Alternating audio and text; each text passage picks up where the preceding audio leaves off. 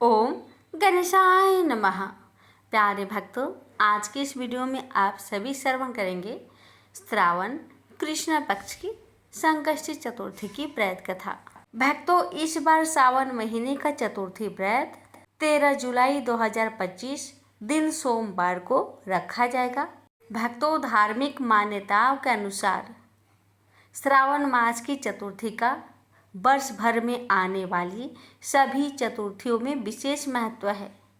इस बार श्रावण मास चतुर्थी को गजानन संकष्टी चतुर्थी व्रत रखा जाएगा। इसी चतुर्थी से साल भर की चतुर्थी व्रत के संकल्प लिए जाते हैं।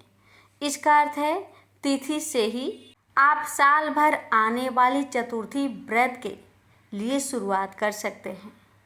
इस व्रत का इतना ज़्यादा विशेष महत्व है कि सावन चतुर्थी का व्रत करने वाले को वर्ष भर की सभी चतुर्थी व्रतों के बराबर फल मिल जाता है। इस व्रत के धार्मिक महत्व के अनुसार श्रावण कृष्ण चतुर्थी व्रत के बारे में यह कहा जाता है कि श्री राम भक्त हनुमान जी ने माता सीता की खोज में जाने पर सफलता पाने के लिए यह व्रत किया था तथा महर्षि गौतम ने जब अपनी पत्नी अहिल्या को श्राप दे दिया था तब उससे मुक्ति पाने के लिए उन्होंने भी यही व्रत किया था। अतः श्री गणेश विघ्नहर्ता माने गए हैं, मतलब कि सभी दुखों को हरने वाले देवता। इसलिए चतुर्थी व्रत बहुत ही लाभकारी माना गया है। भक्तों, श्रावण की गजानन संकष्टी चतुर्थी 14 जुलाई 2025 को है। इस दिन श्रावण का पहला सावन सोमवार का व्रत किया जाएगा। गणेश चतुर्थी के दिन भक्त उपवास भी रखते हैं और शाम को चंद्रोदय के बाद चंद्रमा पूजा करते हैं।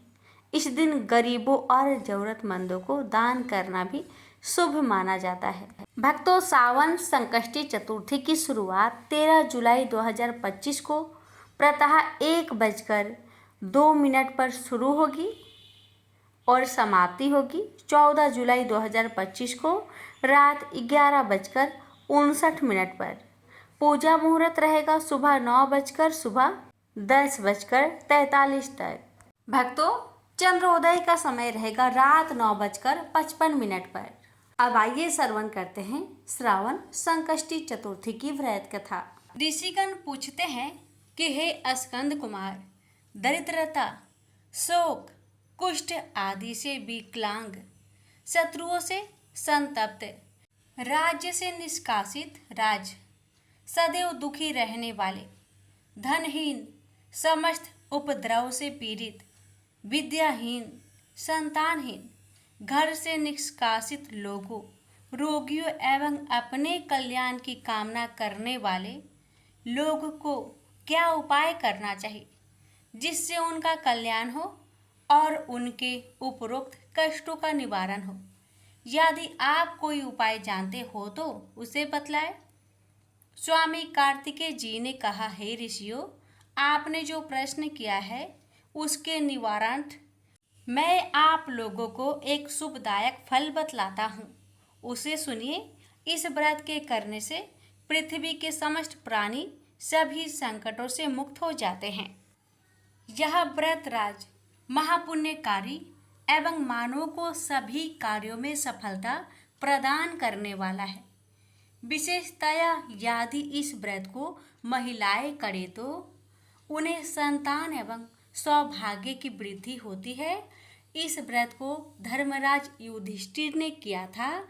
पूर्व काल में राजच्युत होकर अपने भाइयों के साथ जब धर्मराज वन में चले गए थे तो उस वनवास काल में भगवान श्री कृष्ण ने उनसे कहा था, युधिष्ठिर ने भगवान श्री कृष्ण से अपने कष्टों के शमनार्थ जो प्रश्न किया था उस कथा को आप श्रवण कीजिए। युधिष्ठिर पूछते हैं कि हे पुरुषोत्तम, ऐसा कौन सा उपाय है जिससे हम वर्तमान संकटों से मुक्त हो सके? हे गदाधर, आप सर्वज्ञ हैं, हम लोगों को आगे अब किसी प्रकार का कष्ट न भुगतना पड़े, ऐसा उपाय बतलाइए।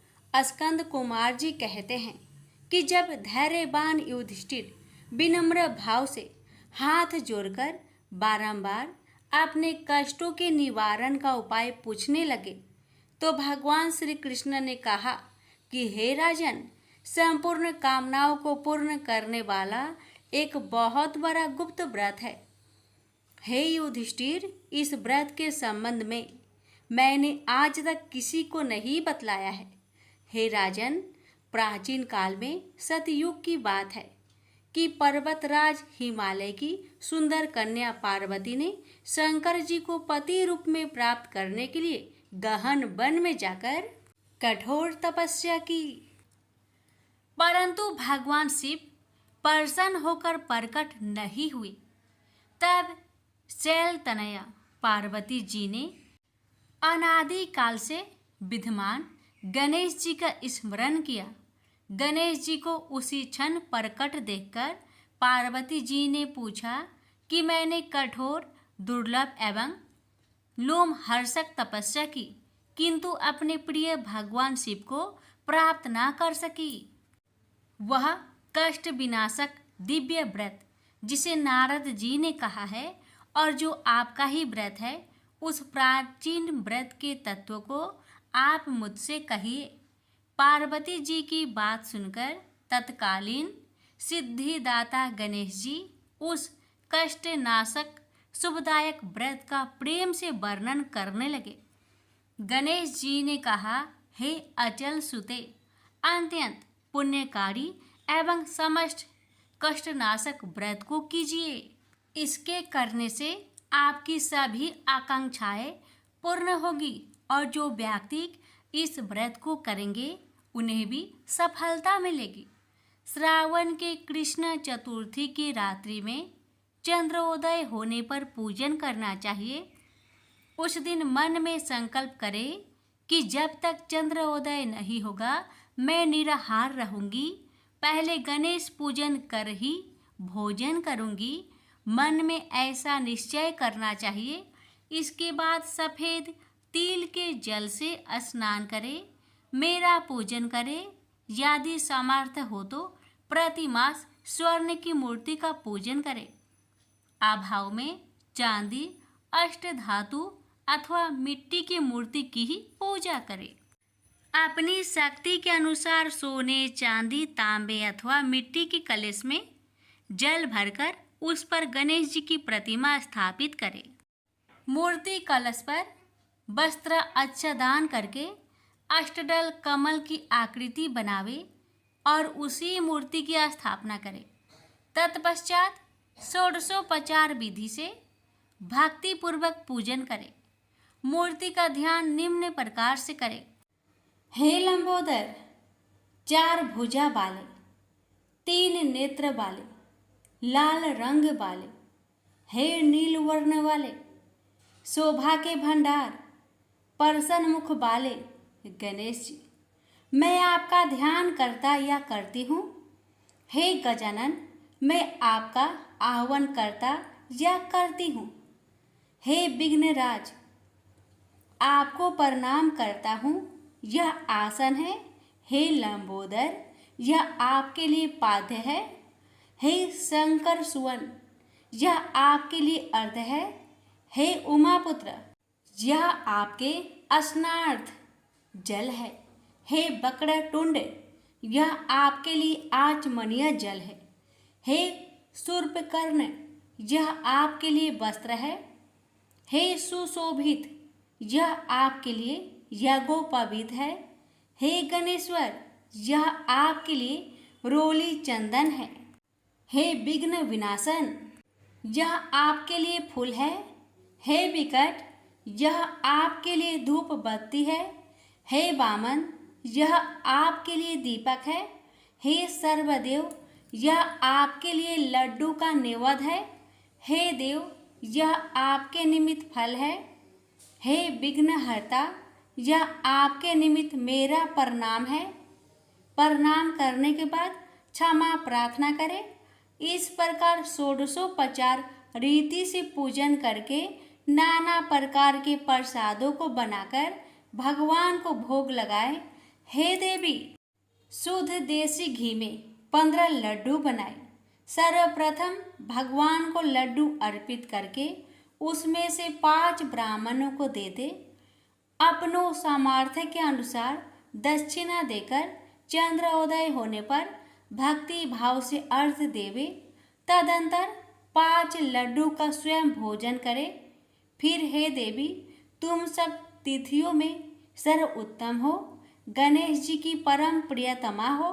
हे चतुर्थी, हमारे द्वारा प्रदत्त अर्घ को ग्रहण करो, तुम्हें प्रणाम है। निम्न प्रकार से चंद्रमा को अर्घ प्रदान करे।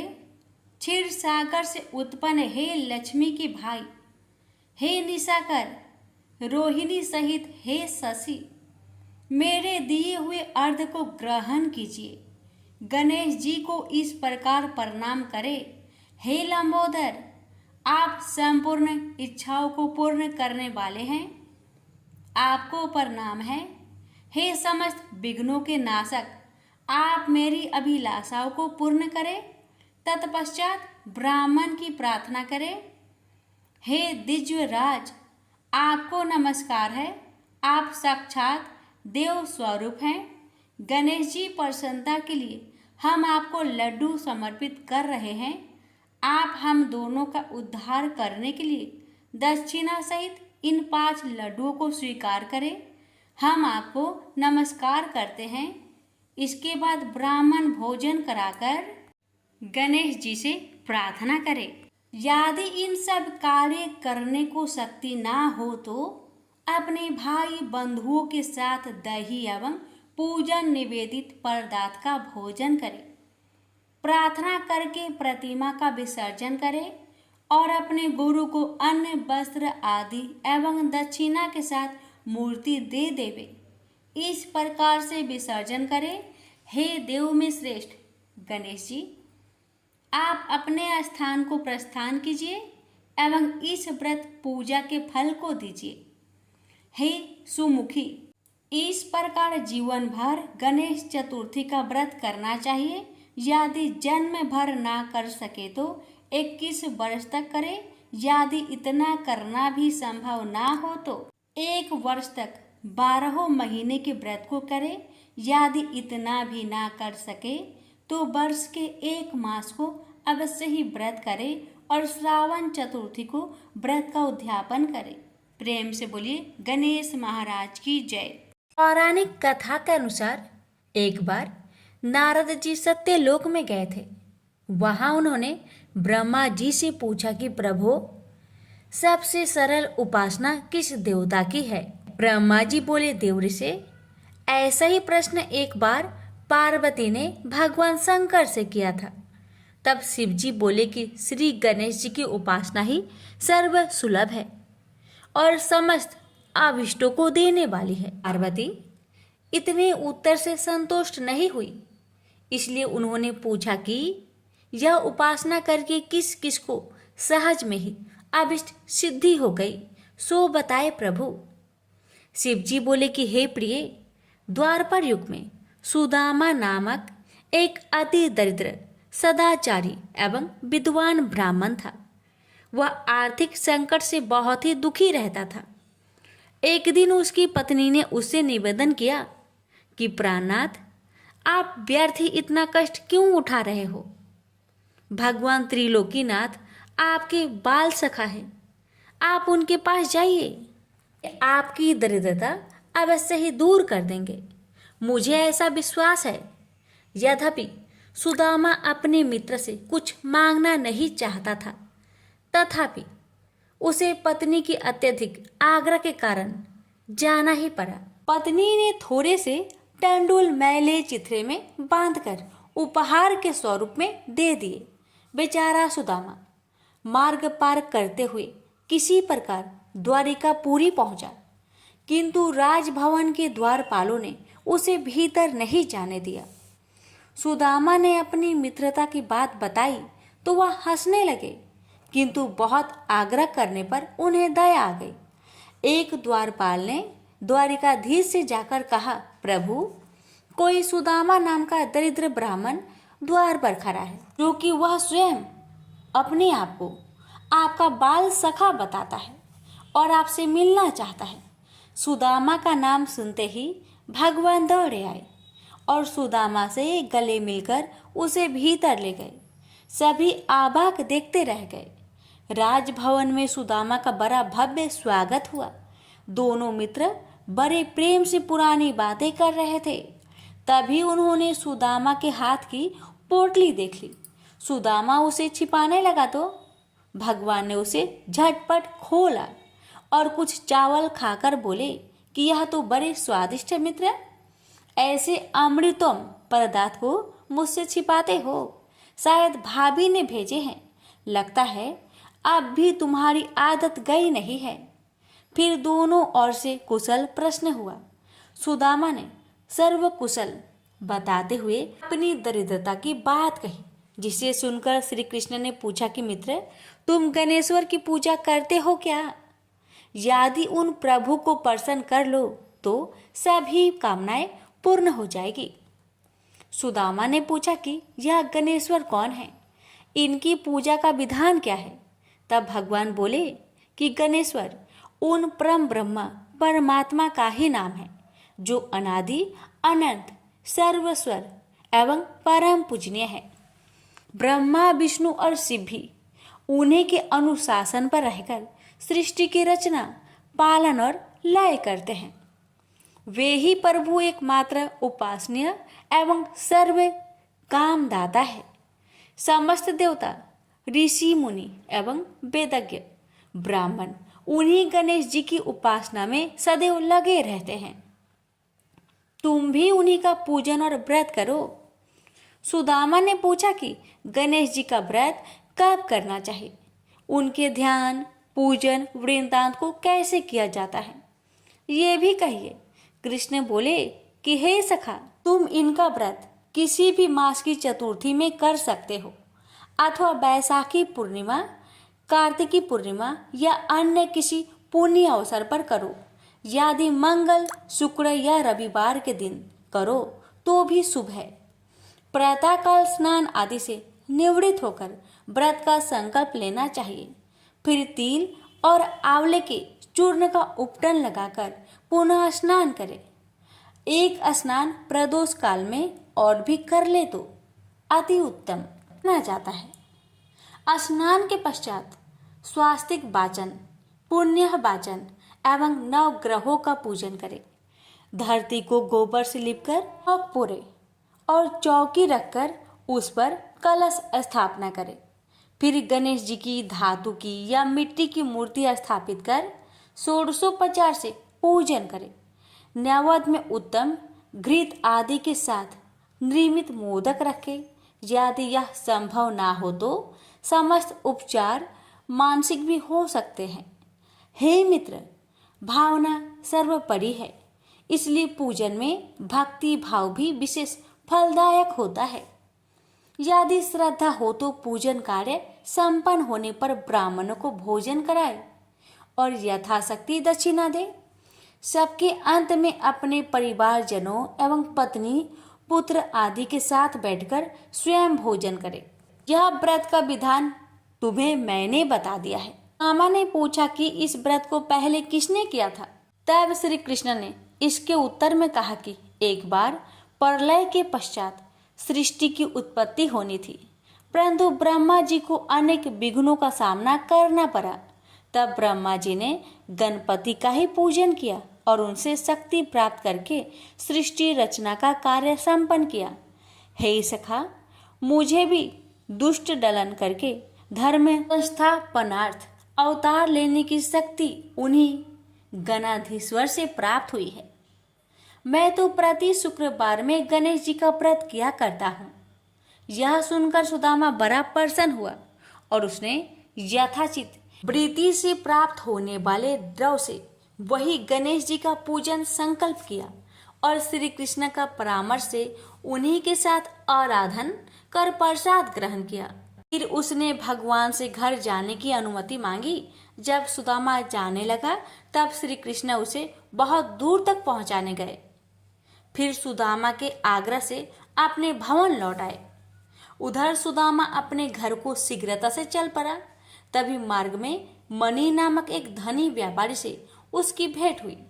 रात्रि में सुदामा जहाँ ठहरा था वही व्यापारी भी आ ठहरा, किंतु जब वह प्रगाढ़ निद्रा में था तब चोरों ने उसका सारा धन चुरा लिया।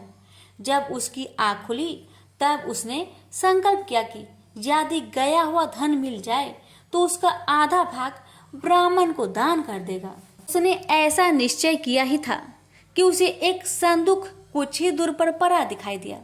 दौड़कर उसने संदूक उठाया तो उसे रत्न आदि से भरा पाया। उसने प्रसन्न होकर संदूक का आधा धन सुदामा को दान कर दिया। सुदामा को बड़ी प्रसन्नता हुई और उसने उस धनिक के साथ धनाध्यक्ष का वही पूजन किया। संध्या काल में जब पूजन कार्य संपन्न हो गया तब सुदामा को भगवान गणेश्वर के साक्षात दर्शन हुए। सुदामा ने भक्ति पूर्वक उनके चरण पकड़ लिए और स्तवन करने लगा। उसने प्रभु से निवेदन किया कि हे दयानिधे, हे सत्य स्वरूप परात्पर ब्रह्मा, आप परम दयालु और भक्त वत्सल है। हे नाथ, आपकी महिमा अपरंपार है, जिसे ब्रह्मा विष्णु और शिव भी नहीं जान पाते, तो मेरे जैसे तुच्छ जीव का तो कहना ही क्या है।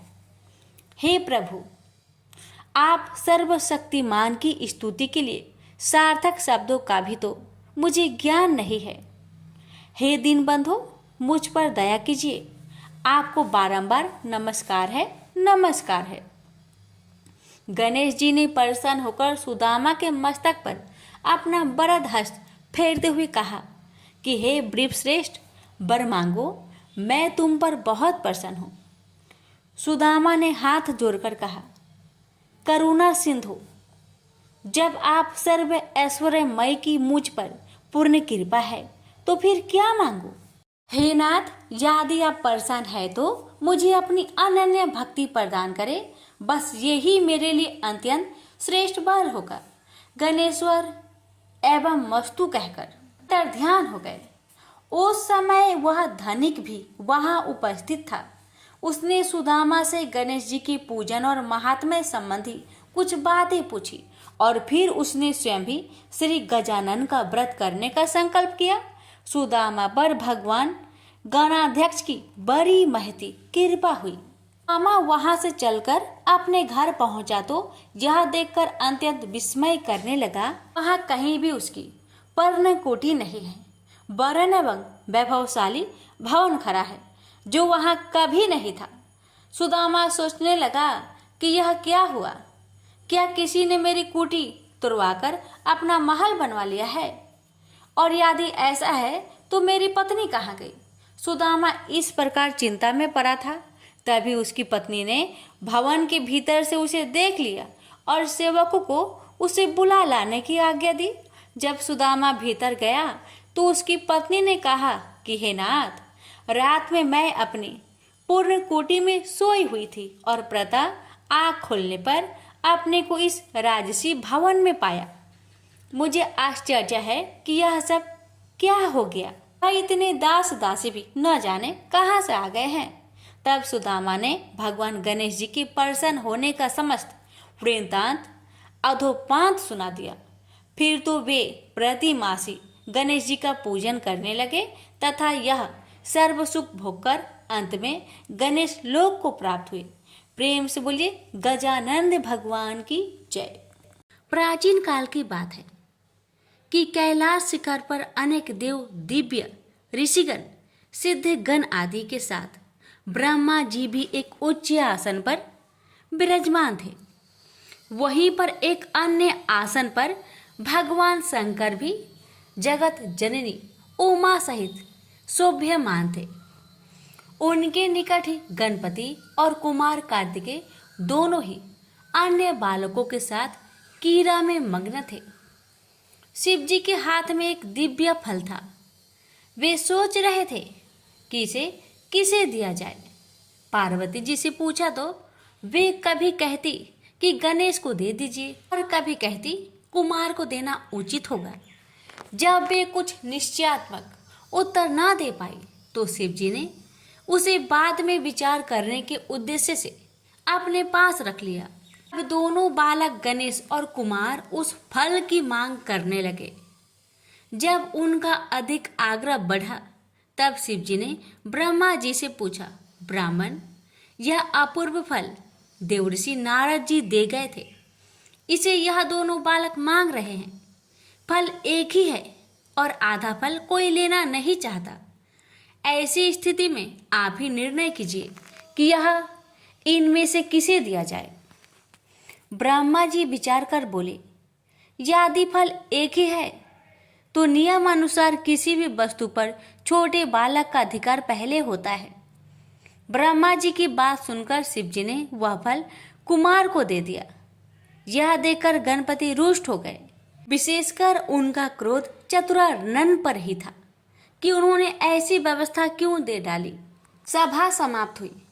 सभी देवता आदि उठ उठकर अपने अपने स्थान को चले गए। ब्रह्मा जी भी अपने लोक में जा पहुंचे।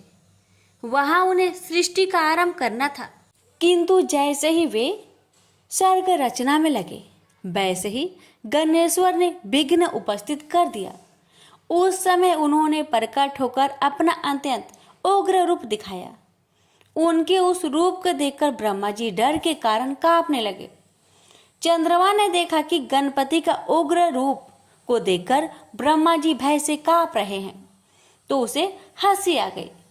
उसके साथ ही चंद्रमा के जो गण उस दृश्य को देख रहे थे वे भी हंस पड़े। यह देखकर भगवान गजानन को क्रोध आ गया और वे चंद्रमा को श्राप देते हुए बोले, मयंक, उन्हें इस समय मेरी हंसी उड़ाकर जो अभद्रता प्रदर्शित की है उसका फल तुझे मिलना ही चाहिए। जा तू किसी के भी देखने योग्य नहीं रहेगा। यदि कोई भूल से भी देख भी लेगा तो अवश्य ही पाप का भागी होगा। इतना कहकर गजमुख अंतर्ध्यान हो गए। उनका श्राप प्राप्त होते ही चंद्रमा श्रीहीन हो गया। उसके तेज में अत्यंत न्यूनता आ गई। इससे वह बहुत व्याकुल हुआ और खिन्नता पूर्वक पश्चाताप करने लगा। देखा, मैं कैसी मूर्खता कर बैठा। उन जगदीश्वर के साथ वे प्रभु तो अनिमादि गुणों से संपन्न संसार के कारण के भी कारण एवं महाप्रभु है। उनके रुष्ट होने से मैं अदर्शनीय एवं कालाहीन हो गया हूँ। अब इससे छुटकारा पाने के लिए क्या करूं? जब चंद्रमा के समझ में कोई उपाय नहीं आया तो वह तुरंत ही देवराज इंद्र के पास गया, परंतु इंद्र आदि देवता भी उसे नहीं देखना चाहते थे। उन सभी ने अपनी अपनी आंखें झुका ली। तब इंद्र ने भी उसकी ओर न देखते हुए पूछा, अरे चंद्रमा, तुम्हारी यह दशा कैसे हुई? क्या गजकर्ण के श्राप का ही प्रभाव है? यह सब बात स्पष्ट कहो। चंद्रमा बोला, देवराज, आपसे क्या छिपा है? सब कुछ जानते हुए भी अनजान बनकर क्यों पूछ रहे हैं? हे सहस्त्राक्ष, अब शीघ्र ही मेरे श्राप मुक्त होने का यत्न करो, अन्यथा समस्त संसार ही मेरे श्रापित होने से अशुभ फल भोगेगा। इंद्र ने सत्वाना दी और बोले, चलो ब्रह्मा जी से ही इसका उपाय पूछे, क्योंकि उनके समान ज्ञानी और सर्व लोकोपकारी अन्य कोई भी नहीं है। सब देवता उसके साथ ब्रह्मलोक पहुंचे। आगे आगे चंद्रमा और पीछे पीछे इंद्र के नेतृत्व में सब देवगण। ब्रह्मा जी ने जब यह जाना कि चंद्रमा आ रहा है तो पाप लगने के भय से उन्होंने भी दृष्टि नीचे कर ली और बोले, कहो सुदासु, यहाँ किस अभिप्राय से आना हुआ? अरे तुम्हारे पीछे तो देवराज इंद्र और समस्त सुरगण ही आ चले हैं। ब्रह्मा जी के प्रश्न का उत्तर सुरपति ने ही दिया। वे बोले, ब्राह्मण, भगवान गणेश्वर आप पर कुपित हुए थे और श्राप दे बैठे चंद्रमा को, इसलिए अब आप ही इसे छुड़ाने का कुछ उपाय कीजिए। हम सभी देवता इसी प्रयोजन से आपकी सेवा में उपस्थित हुए हैं। चतुरानन ने कुछ विचार कर कहा, हे गणेश्वर प्रभु की शरण लेनी होगी। देवराज, चंद्रमा को आगे करके उन्हीं का पूजन एवं सत्वन करो। ब्रह्मा जी की बात सुनकर भगवान गजानन की पूजन की तैयारी की गई। उनकी प्रतिमा बनवाकर षोडशोपचार पूजन एवं भावना पूर्वक स्रोत कर निवेदन किया गया, प्रभु इस चंद्रमा पर कृपा कीजिए। उस समय यह अज्ञानवश हंस पड़ा था, किंतु अब इसे अपनी मूर्खता का ज्ञान हो गया है। देवताओं की प्रार्थना पर भगवान गणेश्वर प्रकट हो गए। सभी ने उनका अद्भुत रूप देखकर उन्हें दंडवत प्रणाम किया। तब गणपति प्रसन्न होकर बोले, देवगण मैं संतुष्ट हूँ, आता एवं जो चाहो वह अभिष्ट वर मांग लो। चंद्रमा ने उनके चरणों में मस्तक रख दिया और अश्रु जल से पदा रविंदु को धोने लगे। गणेश्वर बोले, उठ उठ चंद्रमा, अब संताप न कर, मैं तुझ पर प्रसन्न हूँ। उसने कहा, प्रभु मुझे श्राप मुक्त कीजिए, मेरी कांति नष्ट हो गई है, उसे लौटा दीजिए, मैं अदर्शनीय से दर्शनीय हो जाऊं। नाथ मेरी अपराध को क्षमा कर दीजिए। गजकर्ण बोले, अच्छा बोल, तुझे 1 वर्ष 6 मास अथवा 3 मास के लिए अदर्शनीय रहने दिया जाए, अथवा कुछ और चाहता है, शीघ्र ही स्पष्ट बता। चंद्रमा ने कहा, प्रभु मुझे बहुत दंड मिल गया है, आप तो क्षमा कर दीजिए। यह कहकर उसने पुनः दंडवत प्रणाम किया तथा सब देवताओं भी उनके चरणों में झुक गए। गणेश्वर ने मुस्कुराते हुए कहा, मैं अपने वचन को मिथ्या कैसे करूं? चाहे सूर्य और सेमरू अपना स्थान त्याग दे, समुद्र अपनी मर्यादा छोड़ दे, अथवा अग्नि शीतल हो जाए, किंतु मेरा वचन मिथ्या नहीं हो सकता। फिर भी मैं तुझे वर्ष में 1 ही दिन के लिए श्रापित रखूंगा, इसमें कोई संदेह नहीं है। भगवान गणेश के इन कृपापूर्ण वचनों को सुनकर चंद्रमा बहुत प्रसन्न हुए तथा समस्त देवगण भी उनकी जय जयकार करने लगे। चंद्रमा ने पुनः निवेदन किया, प्रभु भविष्य में मुझसे इस प्रकार की मूर्खता ना हो और मेरा चित्त आपके चरण कमलों में लगा रहे, ऐसा वर मुझे प्रदान करे। गणेश्वर ने प्रसन्न होकर कहा, ऐसा ही होगा, परंतु मेरे एकाक्षरी मंत्र गंग का जप करते रहना। यह कहकर भगवान अंतर्ध्यान हो गए और तब समस्त देवता स्वर्ग लोक को गए और चंद्रमा भी अपने लोक में चला गया।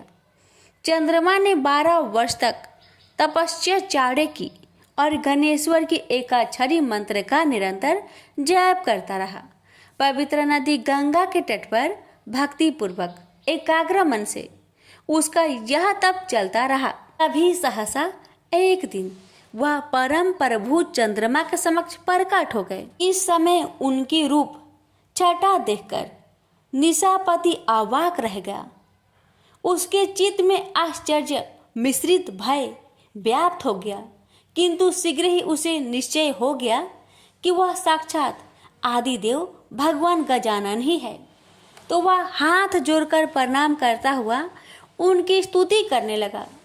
मैं उन 2 दांतों से युक्त परमेश्वर को नमस्कार करता हूँ, जो अपने भक्तों के सभी विघ्नों का हरण करते तथा सभी के धर्म, अर्थ और काम को प्रशस्त करते हैं।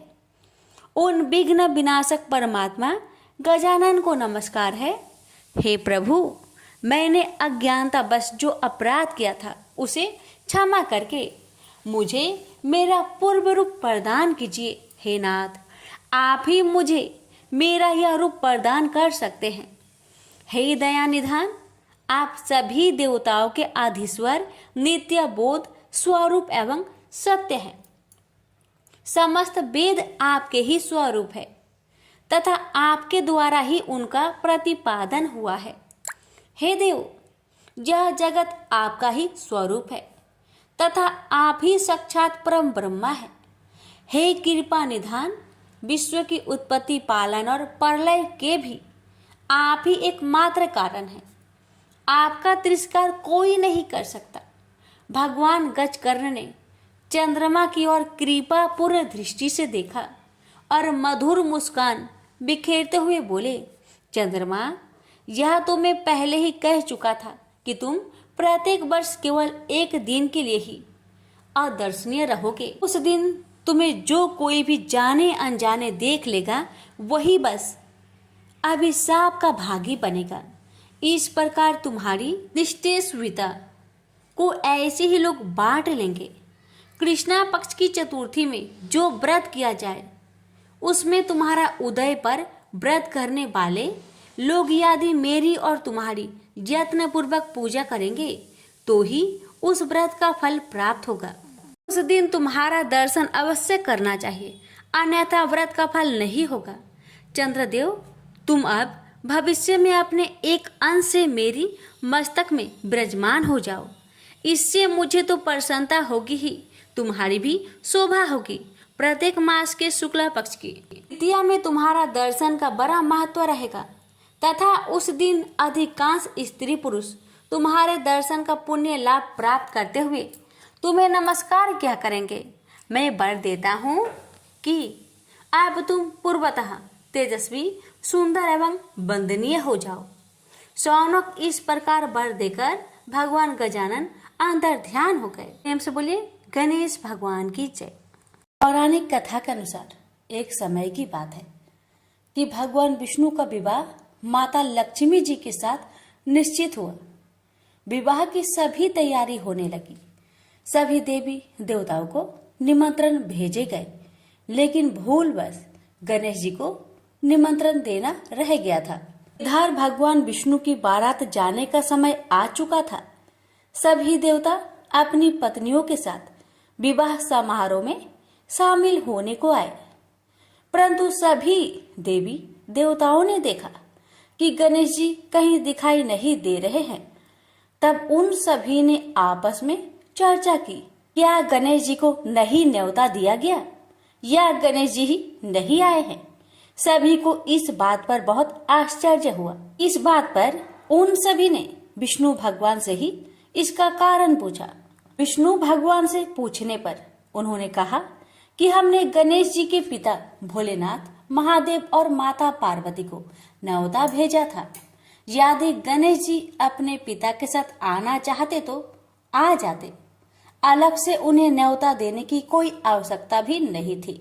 दूसरी बात यह है, उनको खाने में 1.25 मन मूंग, 1.25 मन चावल, 1.25 मन घी और 1.25 मन लड्डू का भोजन चाहिए।